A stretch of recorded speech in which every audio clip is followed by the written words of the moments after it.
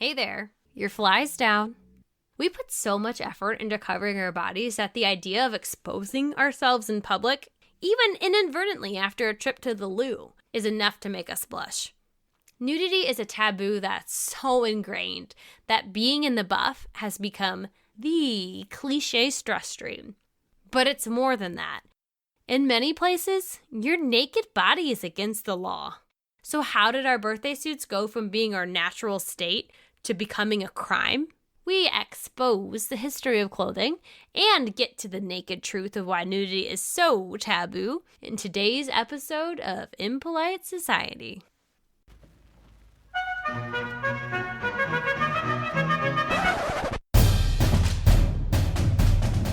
You're listening to Impolite Society with Laura and Rachel. And now you're scared. You're terrified. I see it in your eyes. I am. I joined the meeting like this. I don't know if you noticed. No, I didn't. I was testing my sound. I had my eyes covered. I was like, No.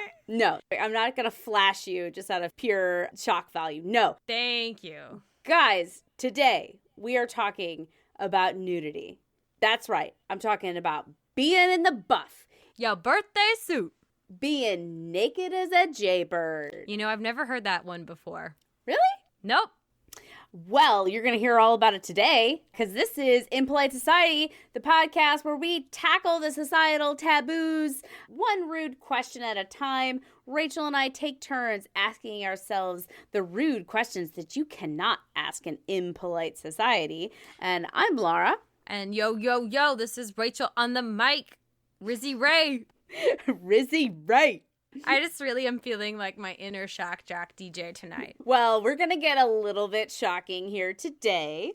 Yeah, we are. Hopefully not too shocking. She's covering her eyes again. I'm not going to flash you. Don't worry. I don't know what's in store. You're fine. Have you ever had that dream where you show up somewhere in public and you're totally naked and you're absolutely mortified?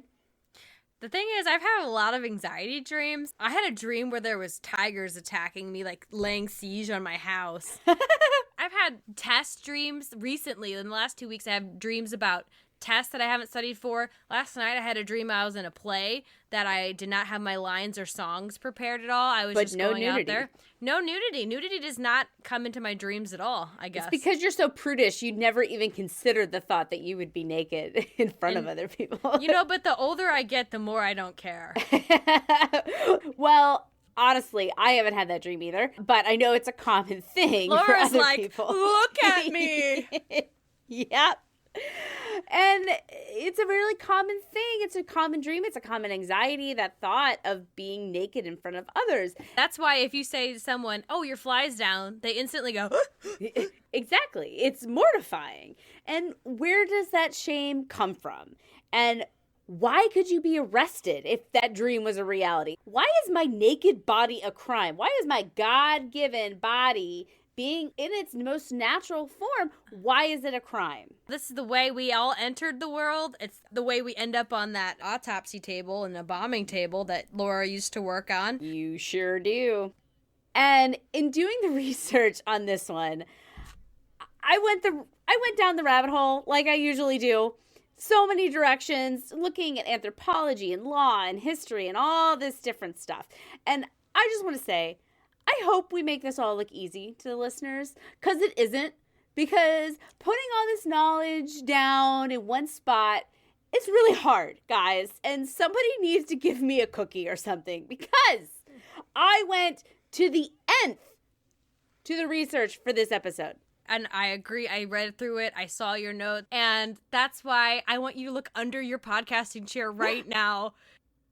It's Grandma's cookies, and you get a cookie, and you get a cookie. But Rachel, you don't even know how far I went for the research. I visited a nudist colony. Wait! This is not a joke. What? I legitimately went to a nudist camp. No way. And I spent the entire day naked. Nude. How was it? Fucking weird. Oh, no.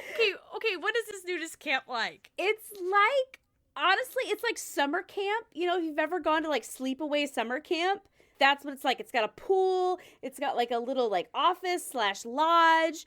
And there's no clothes allowed. Like, even if you wanted to wear clothes, they would kick you out. They'd say, get out of here, you fucking disgust me. If you are a visitor, it is not clothing optional. You have to be nude all the time. If you have property there, however, you live in one of the houses, I mean, then you're allowed to do what you want. Because you're like a bona fide member. So, okay, how long did you spend there in the nude? We were there from 10 a.m. to 3 p.m. Jesus. So the whole thing with, you know, going to the nudist colony, it was this big apprehension about whether or not it would be a weird sex thing. Like, that's the fear, right? Yeah. That they're all a bunch of swingers and are all trying to just like, But they have very strict rules. No overtly sexual behavior to other people. No overtly sexual behavior to yourself.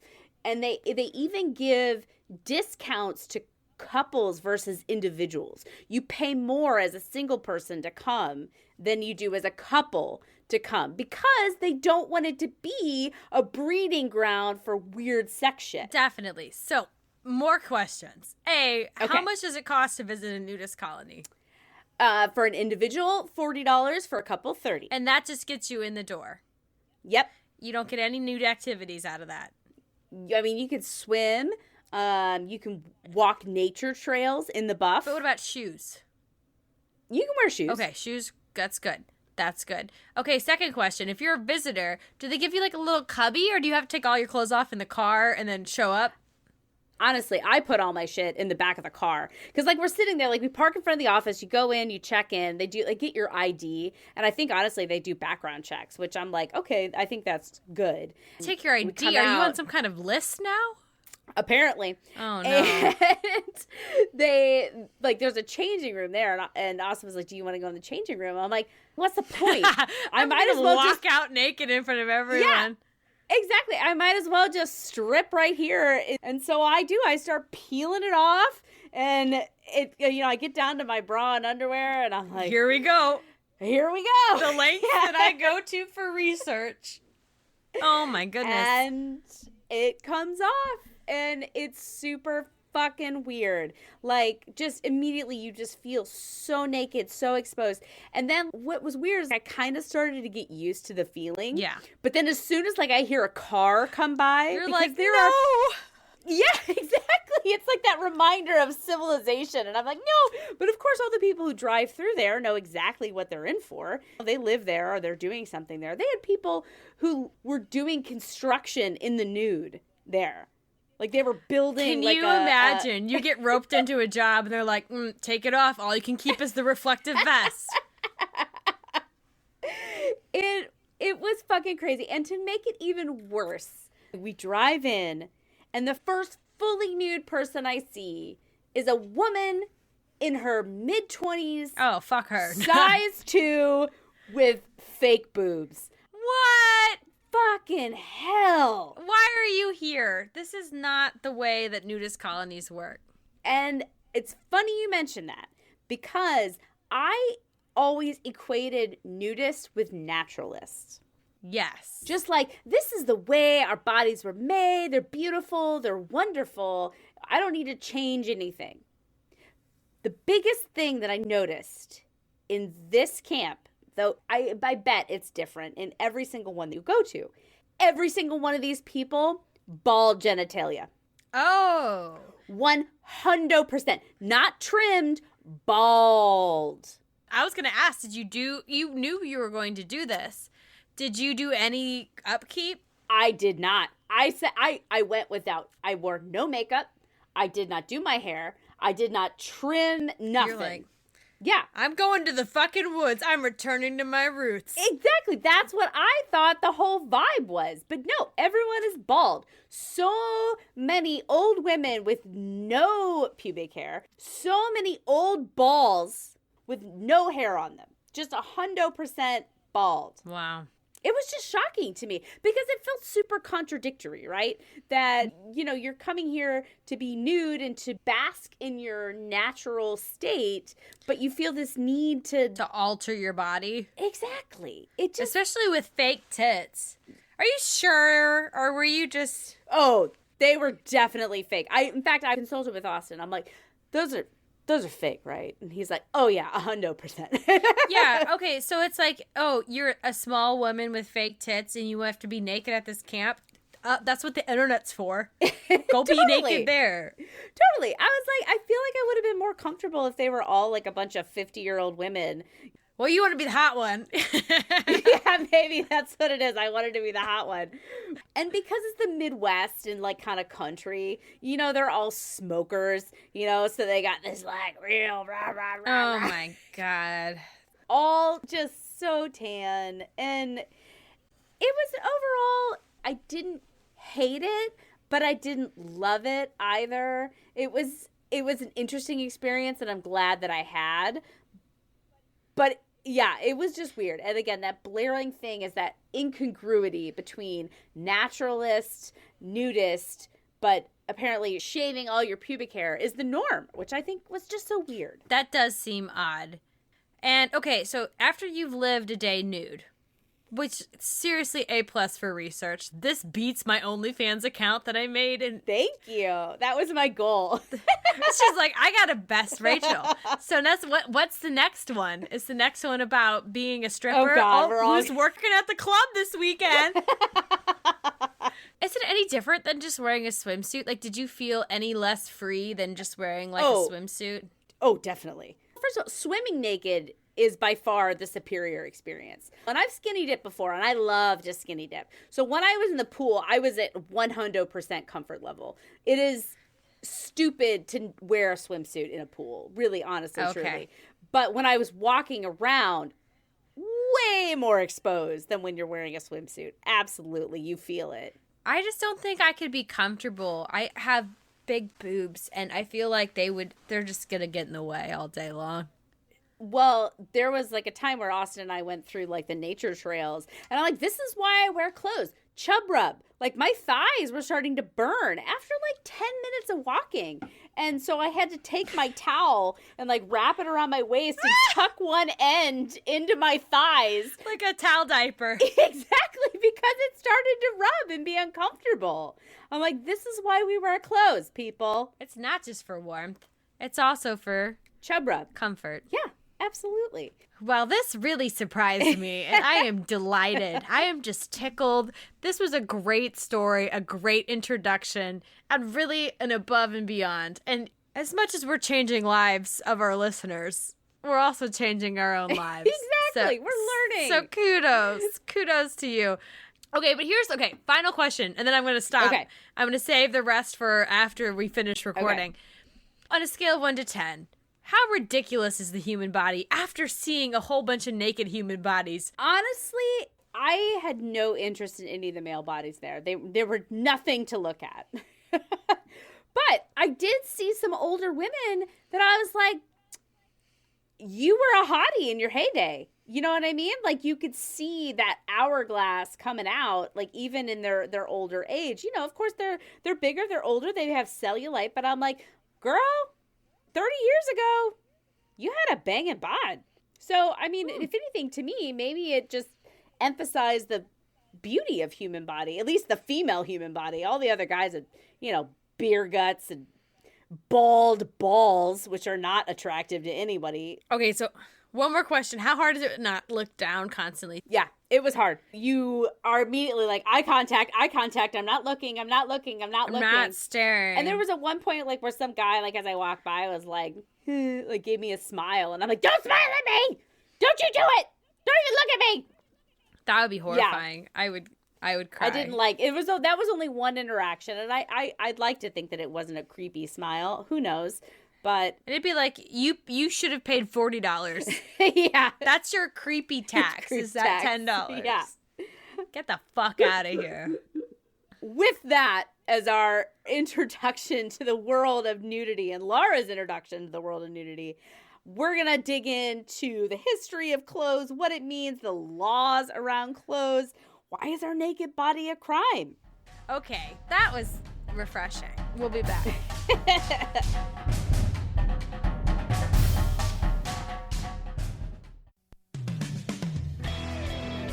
Hi there. Wherever you are right now, take a moment and look around you.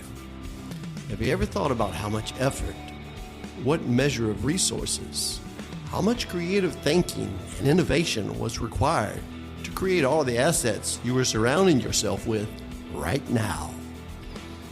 For example, you are watching our podcast on your cell phone, listening to the audio signal through a Bluetooth speaker, both of which are powered by a self-contained rechargeable battery made of lithium. And what is lithium anyway, and where does it come from? The simple truth is, we use things every day and have no idea where they came from or what they were originally intended to be used as. And that's why we created What's Going On.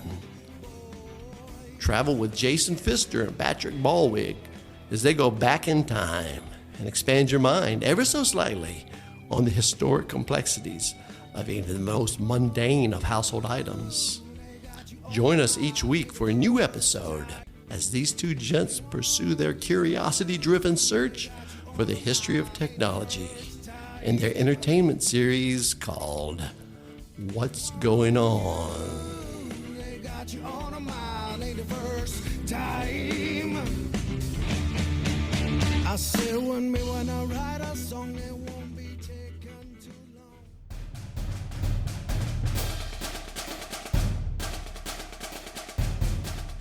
When did we start covering up our shame? Scientists and historians, they can't quite agree. There's not really a widely accepted timeline for the start of clothing because furs, textiles, these don't fossilize well. So we're kind of flying blind on this one. The estimate from archaeologists and scientists, anywhere from 3 million to 40,000 years ago. No, just a little blip on the timeline of history.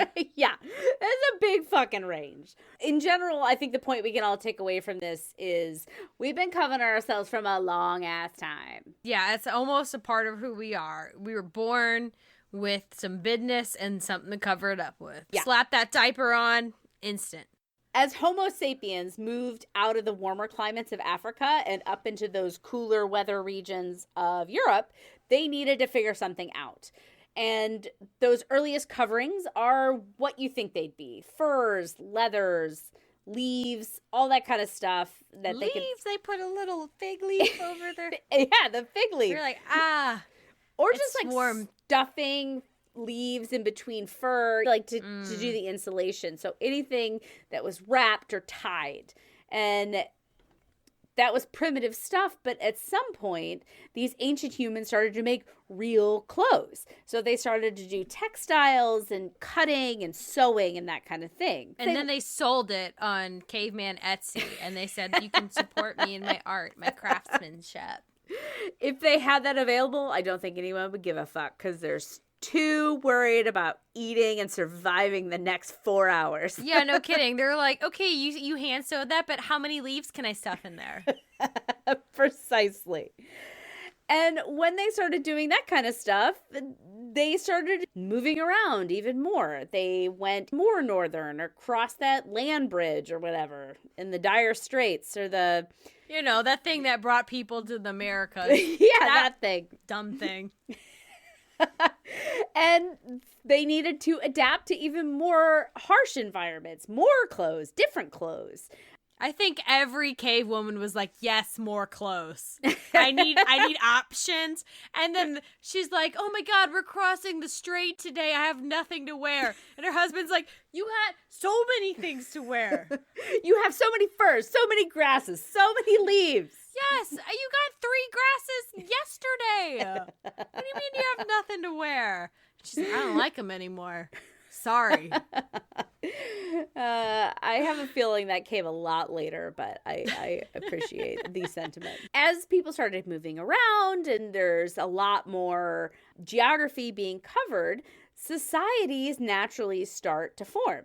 So as these hunter-gatherers become farmers, people start to mix together, they're in smaller spaces, and clothes took on a new meaning, and that was status. We can't possibly be going around thinking we're all equal. That's not how humanity works. Exactly. We have to know who is better than everyone else, who is below everyone else, and who is at your level. These are things that humans need to know. Archaeologists, smart people around the world, they're not 100% sure when this kind of status happened, but at least by the time that we got to the ancient Mesopotamians, which is between the 4th and 6th century BC, clothes started to mean something. And the societal opinion was it was better to do some things naked. You don't need your loincloth getting caught in this newfangled wheel, right? Or your toga flapping around like a matador's cape, making that lion mad. So it was better to be naked when you're doing stuff like work. To be nude meant that you had to work, which means you were poor. Like women volleyball players, you needed the mobility, right? That's why they wear those little spandex shorts, not for perverted reasons, because they need mobility. And apparently the best way to get mobility is by being as close to naked as possible. Well, these ancient individuals would absolutely agree with you. Ancient individuals and 9th grade girls volleyball coaches. On the same page, as God intended. Yes. Why are we all not playing sports in the nude? That's what I thought when I watched the Olympics. Every session, I'm like, too many clothes. It was better to be naked when you're doing stuff like work. To be nude meant that you had to work, which means you were poor or a lower class or a slave. This spanned kind of across the Mesopotamians, the Egyptians, the Greeks, the Romans, and on and on and on and on and on. Well, I think that just put a nice bow in it. We wear clothes because we don't want to look like we're blue collar. Isn't that humans? We all want to appear like we're higher status than we actually are. Put a bow on it, done. We wear clothes so we don't look poor. Exactly. And the shame of being nude, didn't have anything to do with sexuality yet. It was the shame of being without your status. You are exposed in a metaphorical manner. This sexual connotation of being nude, it didn't come until a lot later, since, like I said, so many things were best done in the nude. It was functional and impractical to wear clothes. And who can afford to be impractical? Rich people. And we all want to be rich. Yeah, who doesn't? That's literally what we do in America is we pretend we're rich. Yeah. And so then after it kind of had this general feeling of clothes are better, makes you more upper class, snooty, there was a little exception to this. We got the Greeks. They love to be nude. They love showcasing their athletics. Oh, they fucking love to be nude. They're like, make me naked anytime, anyway, till Sunday. Any excuse to take their pants off. Oh, I'm throwing a disc. Better take these drawers off. But even after the Greeks, we had the Romans. And they came to power, took over most of the world in the Roman Empire, and they adopted the toga. This was their status announcement. Cicero, the emperor, he thought that, quote, exposing naked bodies amongst citizens is the beginning of public disgrace. Ooh, so why did he think that? What was about the naked bodies that would make him think that it was public disgrace?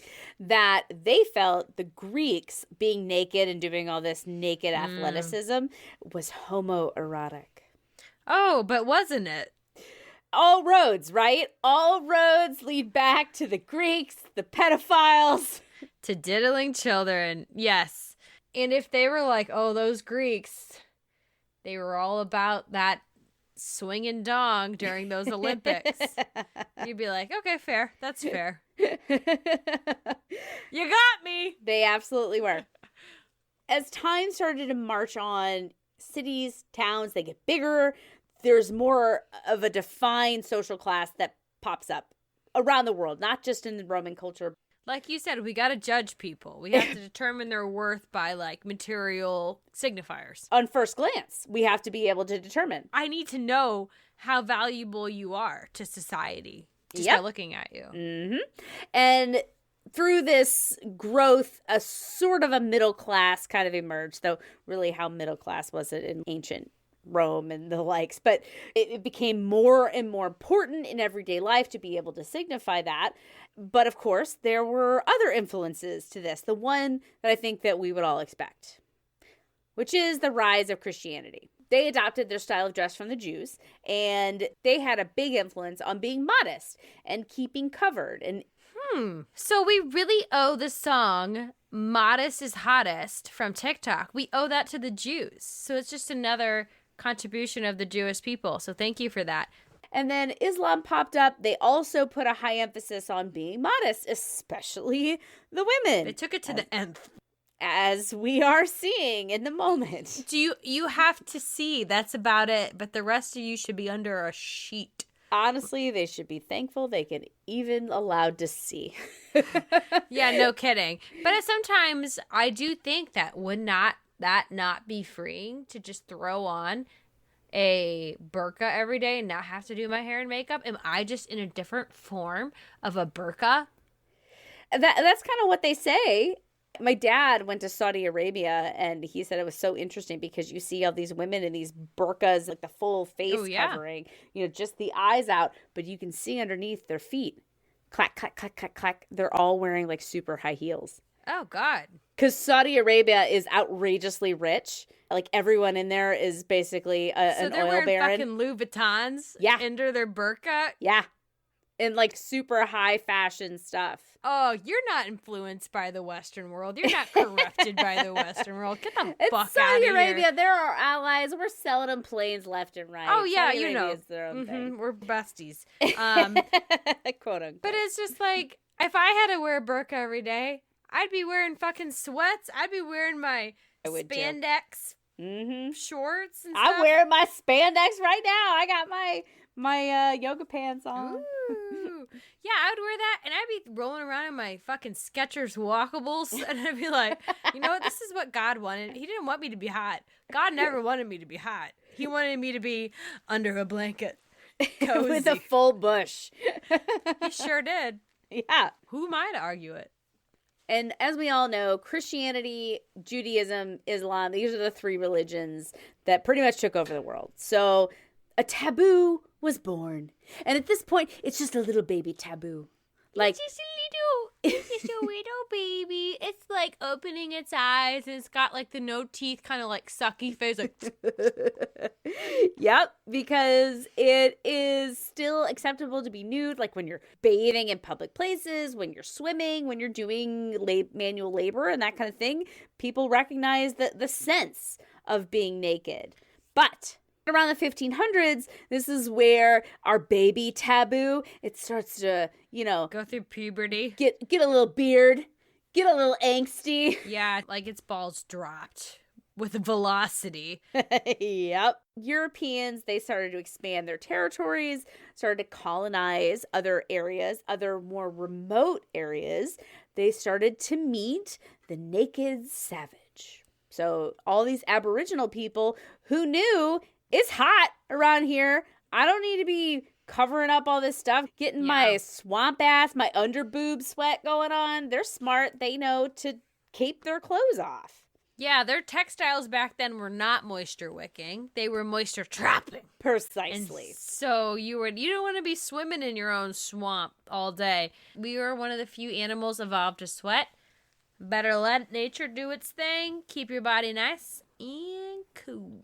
Precisely. And that nakedness of these Aborigines, they reinforce the European idea that they were more civilized. They're a higher class and a higher grade, and therefore more human than these other people who let their dangly bits just dangle. As Bridget Jones would say, her wobbly bits. And when slaveholders acquired more slaves, they would baptize them to make them Christian, and they would clothe them, thus civilizing them and making them part of the European world, the European tribe. The Western world. And then by the Victorian era, and this is around the 1800s, nudity, it's done. It's had its heyday. It was 100% associated with shame, sexuality, immodesty. The idea was keep yourself clothed.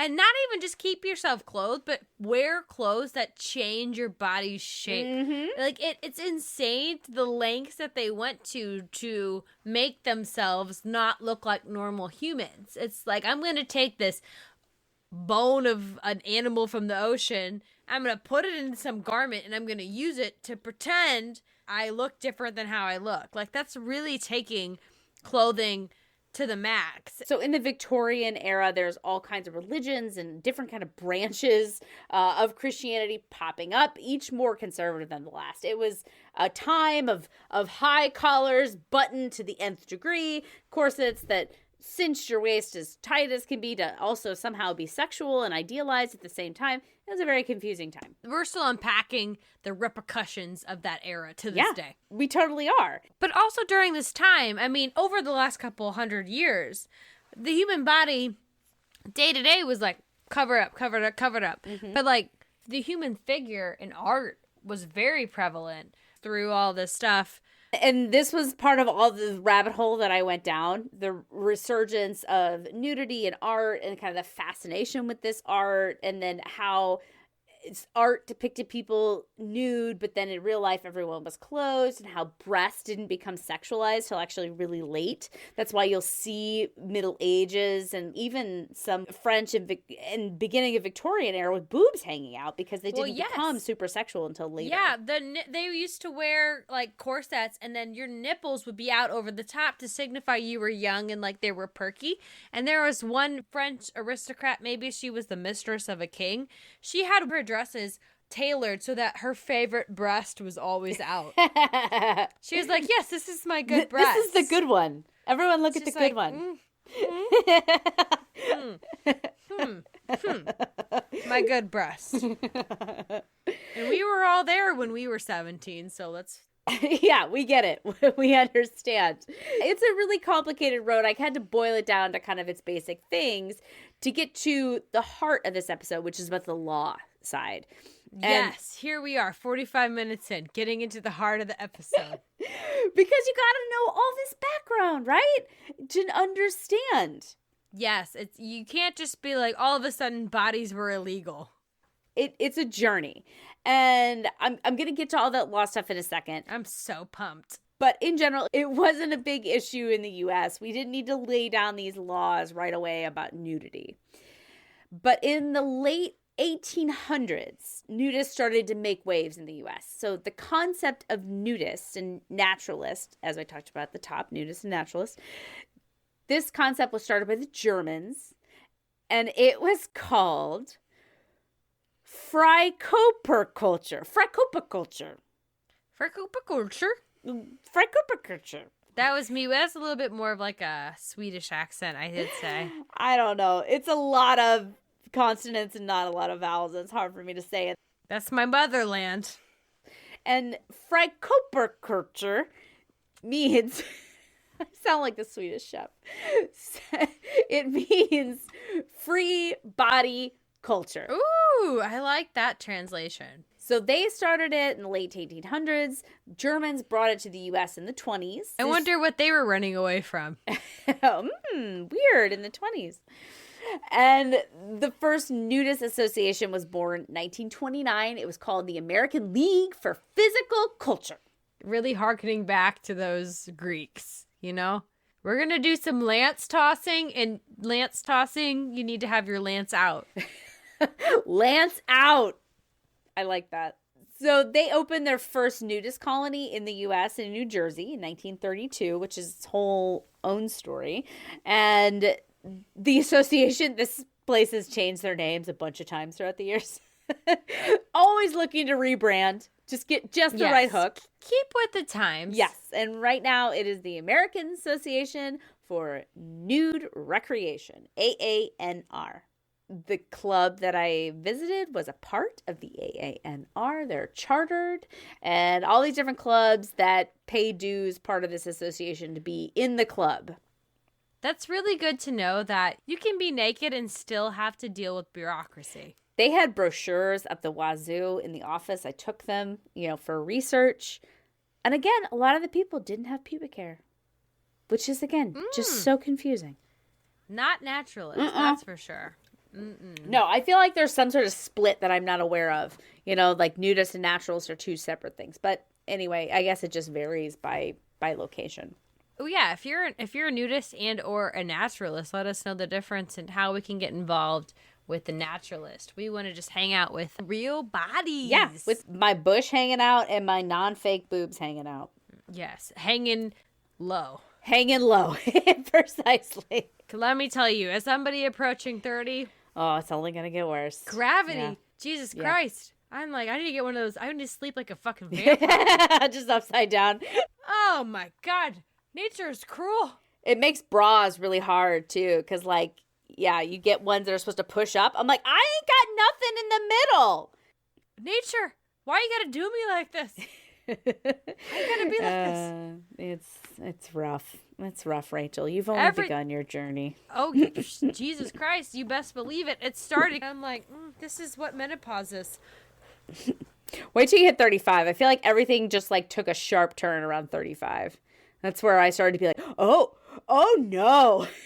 Oh no. Yeah, it's time to be a nudist, I guess. Yeah, embrace it. That's really it's the only course you have. You can't reverse time. You can't sleep like a vampire. Just embrace it. Hey, the next 7 years until I turn 35, I could legally transition and be a man by then, and just be like, guess what? I'm getting hotter. Yeah, get some beard action going on. I'm gonna be a hot ass 40-year-old man. I was gonna be a cute girl until I'm 40, and then I'm gonna be a hot man. Sign me up. I think that's a good life plan. Just gonna turn it all on its head. I'm gonna get the best of both worlds. Watch out, Dan. Your wife's gonna become a lady killer. So, when did it become illegal? That's the next question. And again, disclaimer, real talk here. This research was hard. It was hard to find. It was hard to understand. So I'm just going to stay at this top real quick. I'm not a lawyer. I'm no expert, but I'm going to do my best for you guys, okay? I mean, honestly, I think you should write to Laura with your legal questions. At this point, Please. She's essentially a paralegal, if not a lawyer. Well, there you go. And so let me dive into what I've kind of learned here. One thing I can state definitively, there are no federal laws in the U.S. that are on the book about being nude in public. It is all at the state level. And try as I might, I could not find any information on when the first U.S. state laws about public exposure or public indecency were enacted. I tried really freaking hard and I couldn't find it. So what I did find was the first news article that was about indecent exposure. And this was in the 1870s in Sacramento, California. In California? I feel like they would love the news. I know. It surprised me a little bit too. I know. And it was some Italian guy, some Italian pervo that's out there on the street waggling his ding dong at school kids. Would you like to pull on my spicy sausage, my spicy Italian sausage? I kind of sounded a little Transylvanian there at the end. I think that's close enough. And predictably, they arrested his ass. And Fair. I say good. And they made a law. That. They were like, I don't know what he's doing, but you can't do that. But that is bad. I know that. Yeah, I ain't never seen that before, but I know it's illegal. And the state laws across the board are different and very confusing. Of course. Some have laws that specify that genitals or sex organs can't be displayed.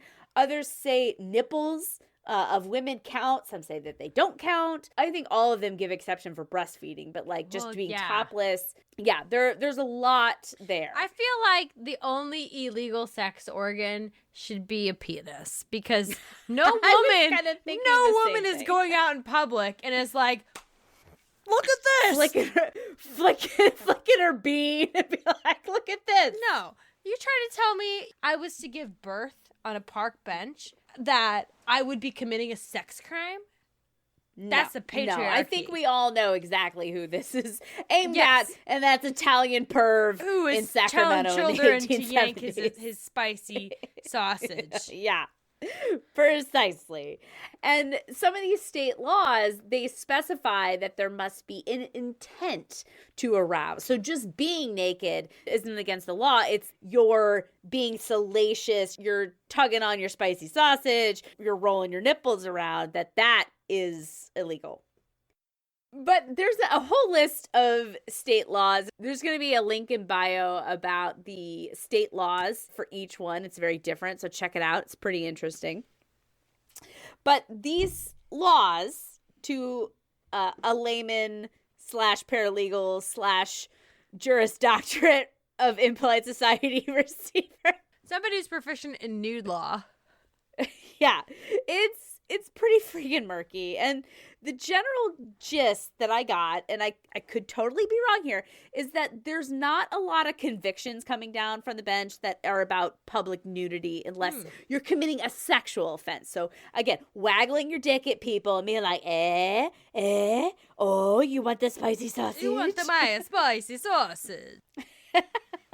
The gist that I got is if you're just trying to be nude on your own, you're not bothering anybody, you might get the cops called on you, but you're probably not going to go to like legit prison. Again, disclaimer, if you take my advice and you end up in the pokey, I'm not claiming any responsibility for that. We're revoking it. You, by listening to this, you have signed a limited liability waiver, and, you know, we're not lawyers, we're not legal advice. I think it's very clear that we don't know what the fuck we're talking about 80% of the time. Well, speaking of not a layperson, this is the smart dude named Richard Posner. He used to be on the U.S. Court of Appeals. What it comes down to are two amendments in the Constitution. The First Amendment, which protects your right to free speech, and the second thing, which is the State Action Clause of the 14th Amendment, which we all know, of course. I don't even need to say it. Yeah, I know the 14th Amendment off the top of my head. I got my Bill of Rights and In fact, not even just the 14th Amendment, the State Action Clause, which just means it's buried even further down. Yes. Did you not learn that in your civics class in high school? For those who didn't get their Juris Doctorate at the Impolite Society University, this states, quote, "A state cannot make or enforce any law that abridges the privileges or immunity of any citizen." So, you have the right to free speech, and you have the right to do what you want, as long as it isn't against the law, which again doesn't impugn the privileges or immunity of it. You can see where the circle kind of goes around and round and round there. This is the most, like, legalese impolite society ever created. It was a deep dive, like I said. And there wasn't a lot of case law that I could find, because I'm not a lawyer, about an individual's right to be naked and do their own thing in their own space, or, you know, in the backyard or in a semi-public space. But there is case law, and this was off-cited, so I felt like it was pertinent to our conversation here. It was about nude dancing. Nude dancing? Yes. And this was more recent than I thought it was. When you think about this kind of stuff, I would think that it would be in like the 60s, the 70s. No, 1991. This is the precedented case law. And this case made it to the Supreme Court. It was Barnes versus the Glen Theater. So they wanted to open a titty bar in South Bend, Indiana. And the town said, no fucking way. It's against our public nudity laws. Made its way up the chain, all the way up to the Supreme Court. And the Kitty Cat Lounge, which was the name of the club, they said this was a violation of the First Amendment right. Freedom of free speech, freedom of expression. And in the end, the court, they determined that the state has the authority to ban public nudity because it furthers the government's main goal, which is protecting the order of society. No, I mean, you lost me a little bit, but this whole thing is very perplexing. A, the government should not tell you what to do in your business. If you want to have a titty bar, have a titty bar. B, why is this going all the way to the Supreme Court? Huge waste of taxpayer dollars. That they just wanted to talk about tits on the public record. So having somebody dancing naked is against the order of society. Yes. And so it comes down to the town. They had a lot of reasons. They said they didn't want a new club. It would drive down property values, bring up crime, bring up like hygiene, all this kind of stuff, right? Bring down the hygiene of the community. Yeah. I can't shower. I have to spend my time at the kitty cat club. But the real heart of the matter is that the Supreme Court decided it didn't violate their First Amendment rights because, quote, nudity itself is not inherently expressive conduct. I feel that. Yeah, I feel like saying that, oh, it's my First Amendment right to be naked and sexually naked. I didn't feel like that fit either. Nothing about this story makes sense. Like, I don't think anybody's in the right, to be fair. Yeah, it's really murky. It's really confusing. I mean, I read a bunch of stuff about this and trying to go really, really deep, and it made me think a lot about a lot of different things. But we're not talking about strippers today. We're talking about people just going about their business, being naked. Why is that a crime? Why is my body a crime? Why can't I walk out my front door and say, "Hey, world, this is me"? Yeah, exactly. And the spirit of these public nudity laws is that you shouldn't be doing indecent things in public where people who don't want to see you have to see you. Like being naked, masturbating, having sex. You know, it's considered this form of sexual harassment. If you don't want to see some dude waggling his dick at you and not have anything to say about it, right? And again, that comes into the play with the state laws about intent and things like that, but it's different across the board. It's a hard thing to put your finger on. And the justification for these laws seems to be about this interesting thing called the offensive principle. And this legal theory, it states that, quote, individual liberty is justifiably limited to prevent offensive behavior, end quote. So this generally is talking about the moral standings or the feelings of the society around you. So if society as a whole is offended by your actions, then it's right to outlaw it. And I think this goes along with the general feeling of our country and our government, which is by the people, for the people, right? The law upholds what the society is feeling, right? Yes, I definitely agree with this. And I feel like this might come up in the musing sections, but this seems like conversations we've had before where is it legal to limit things that the public or the overall general public deems as offensive. Yep. Yup. But there are all kinds of things that everyone thinks that are offensive that aren't against the law. You know, when you pick your nose, right? Nobody thinks that that's great. You're not bathing and you're stinky, you know, chewing with your mouth open. Nobody's a fan of any of that. I feel personally targeted by all of these. If offensive is illegal, then we definitely need the Impolite Society law firm to cover us because we exclusively talk about things that are outside cultural norm. I don't think anybody's like, sex dolls, give me more of that. Yeah. So, I mean, that's the question. So why is nudity different from all of those other things? And the reason why it's different seems to be because nudity is so hard to ignore. Yeah, it is. I would definitely agree. So, political philosopher. Wow, we're reaching that level. Political philosophy. Yeah, I know. You were not kidding when you said you went deep in the research. I know. Because it was freaking hard to figure out. Political philosopher Joel Feinberg, he theorized that nudity is completely unique in how it demands our attention. That there is this conflict inside all of us between being aroused by nudity, but then being repulsed by it because of our cultural and sexual taboos. So you see a naked person, you're like, ooh, naked. You're wanting to look and you're wanting to explore and wanting to see what that's all about. Yeah, you're titillated. But then at the same time, you're also disgusted then because of your reaction to it or because maybe they don't follow a bodily ideal or whatever the case may be. Like there's a lot of internal conflict that's happening here. Okay, I also feel like our homeboy Joel, he's might be coming from like a male's perspective where very distinctly. But again, the country is run primarily by men. The world is run primarily by men. But I think that no woman would step on the scene and be like, nudity equals arousal. Hey, like no woman was like, oh, a naked man. Yeah. There are some women. They are rare, but they do exist. Okay, so what I would say is that nudity is kind of the perfect example of this offensive principle because most people in society feel this contradiction between nudity and in your reaction to it. And whether that comes from biological interpretation of what you're seeing or from these age-old cultural taboos that we've been through. There's just a lot going on there in your mental contradiction, right?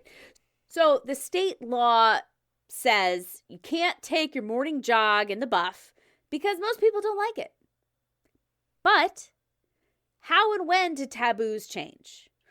And the answer is when people are adapted to it, right? Homosexuality. This used to be a crime. It used to be one of the biggest taboos in the world, and certainly in America. And now it isn't. There was a normalization process that happened, and it was a slow process. Yeah. Here's the thing. Taboos are all made up. What? That's why we have this podcast. So we can talk about them. Precisely. We can lampoon this shit. And it happens especially slowly when the people who are in charge of this country are 40 or more years older than this huge cut of the population that's more on the cutting edge, like, you know, is the next generation. So there's the big gap there, right? And we have to acknowledge, though, that old conservative people also live in our country, too, and are also a large swath of the population. And it's not just the hip and the cool next generation of youth.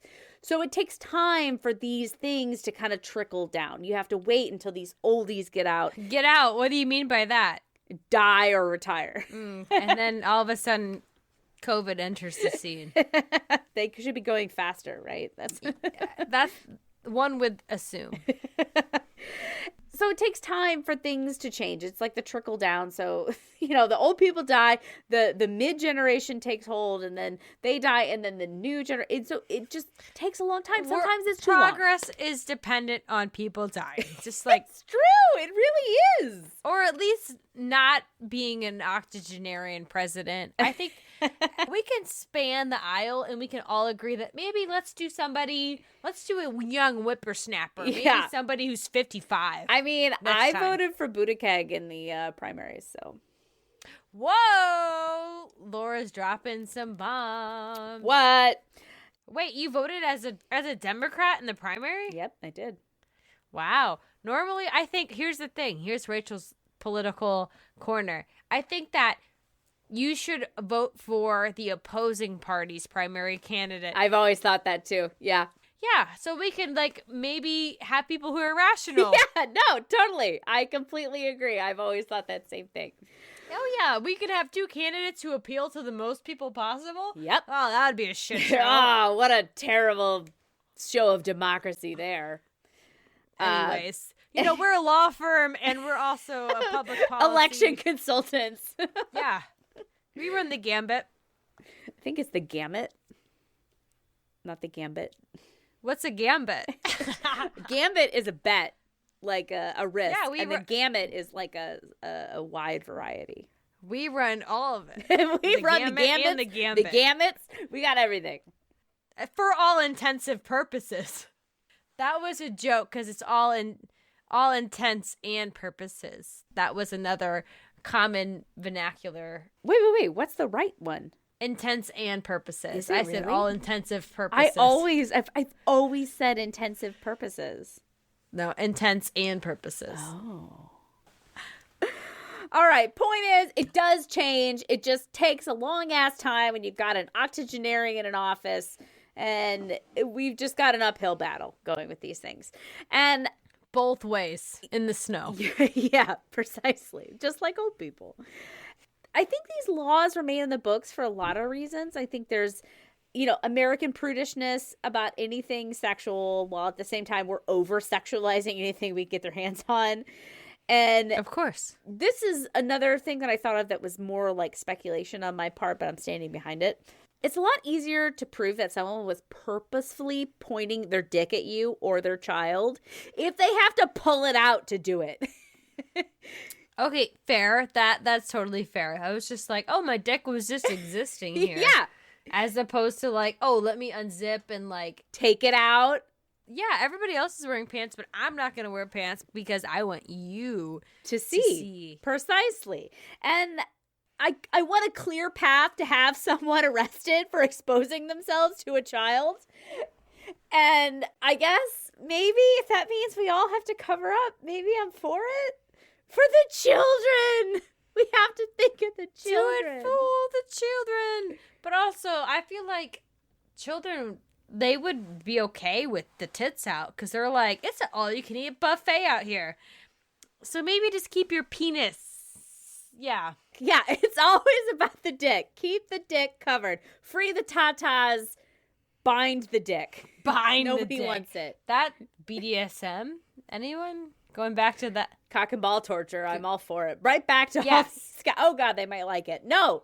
No Yes. cock and ball torture. Please no CB2 do not for walk you. in front of a child with your penis in a cage. Just keep your penis where it belongs. Tucked between your legs. Hannibal Lecter style. Here we go. We're referencing all of our previous episodes today. Might as well.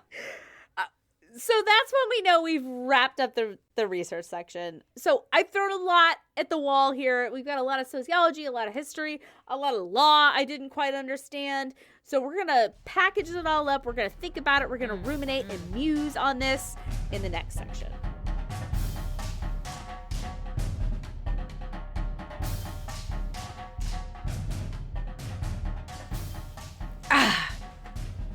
How's it feel? We stripped off some layers. We're like letting it hang out for the musing section. We gotta get in our natural state for that.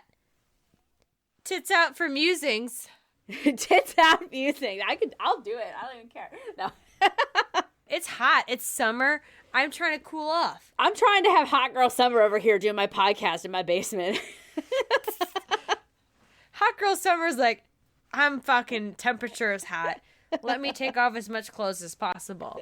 But so now that, the tits are out and the brain energy is flowing, let's get musings. Let's muse about what the naked body means. Okay. So the first thing I thought of is about Americans in general, because we're based in America. We're an American-centric podcast, right? That's the world we live in. What? You couldn't tell by our accents? Or by our talks about our old-ass president. Because in Europe, they have nudity taboos, into some sense, but they have a ton of designated nude areas. The first time I went to Europe, I was there with a high school group of musicians, which sounds cooler. It was a symphonic band. I think that sounds awesome. Being in Europe in high school, amazing. God bless my parents for sending me because I did not deserve it. Because I read my journal and it was all about the drama that was happening with the other teenagers. Yeah, youth is wasted on the young, right? Yeah, I was just like, what the fuck? I landed in London and we got a newspaper. And we opened the newspaper. In the newspaper, there was an ad. It had titties out. And it was just like... shocking. Yeah. Oh my God. It was all we could talk about. It probably made it in the fucking journal. But in America, we're super obsessed with status, right? We've talked about it before, about social media, about putting on that show, lying about how awesome we are all the time. And is that so ingrained that we are uncomfortable taking off our armor, our clothes, in front of the world? Does nudity represent this kind of truth that Americans are uncomfortable with? Because we all are equal. Underneath your clothes. That's a Shakira song. Underneath our clothes, we're all the same, right? We're all just these weird naked apes that are walking around. Your clothes tell about yourself. So many things. It's almost like asking somebody with tattoos to take off their tattoos because their tattoos are telling their story. Yeah. We humans are very social animals. So when you strip that away, we lose kind of a sense of identity. So yeah, it could be along those same lines, but not because we're so obsessed with where we rank in the social hierarchy, but because in America we are obsessed with our sense of identity. Our individualism. We are individuals. Yes, that is the first and foremost important thing in our world is who we are as ourselves. So if you take away our ability to express that, then that could be very uncomfortable. And I might be getting a little head in the clouds here on that one. No, I agree with that because as I was at this nudist resort, I told Austin, I literally said to him, I'm like, I feel like I'm without my armor. I use my clothes to signify a lot of things. And I think maybe it's because I am uncomfortable just like with myself. Like I'm always trying to dress myself to minimize the things that I don't like about myself and emphasize the parts of my body that I do. And so just being laid bare is very uncomfortable, not only from the physical aspect, but like what I want to signify to the world. How you want the world to see you. Precisely. And so that's a very uncomfortable feeling. So I agree. I'm on board with that. Yeah, I just don't think a lot of people get to that level. They just think like, ew, nudity. Yeah, but I mean, look, with any taboo, that's what you have to do, right? You have to dive deep to think about, why do we feel this way as a society? What led us to where we are? And what do we do going forward? And that's where we have to go all the way back to the Mesopotamia days to realize that being naked meant you were a toiler. You were working. Yeah. The clothes was a luxury. So we all have our clothes as a luxury, and we use it to signify all of these things about ourselves that you wouldn't pick up normally. And I can feel the difference when I'm wearing like my work clothes. If I go out in public after work, people treat me differently than if I was to go out in my after work clothes, which is just essentially pajamas.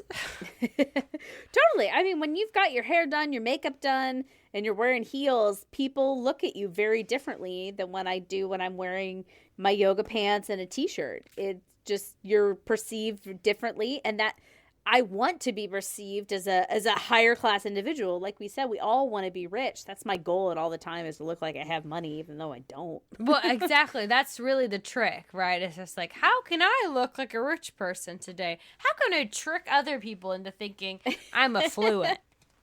Exactly. I think that this is a good conversation. This is a good dive into a very deep taboo and the very ancient roots of it, and make us all think about what it means and how we can change it. And I think that comes down to just changing cultural mores, right? And so the question at the end is, why is my naked body a crime? All of the things, back to ancient taboos, to the new world and how we saw savages, and the rise of more morals and values of a Victorian era, down to our own discomfort with our nudity and other people's nudity. There is no one answer. It's a blend of all of those things. Yes, definitely. And I think my takeaway, as somebody who is listening to the research, I didn't do the research, but I heard all about it, and from the highest perspective, is that our naked bodies are taboo because they are literally shirking all the other components of being a modern day human, right? So we're literally saying, get this out of here. This doesn't matter, da da da. We're stripping away all the context clues, all of the pieces we're using to make inferences and to make judgments. And we're just saying, here I am.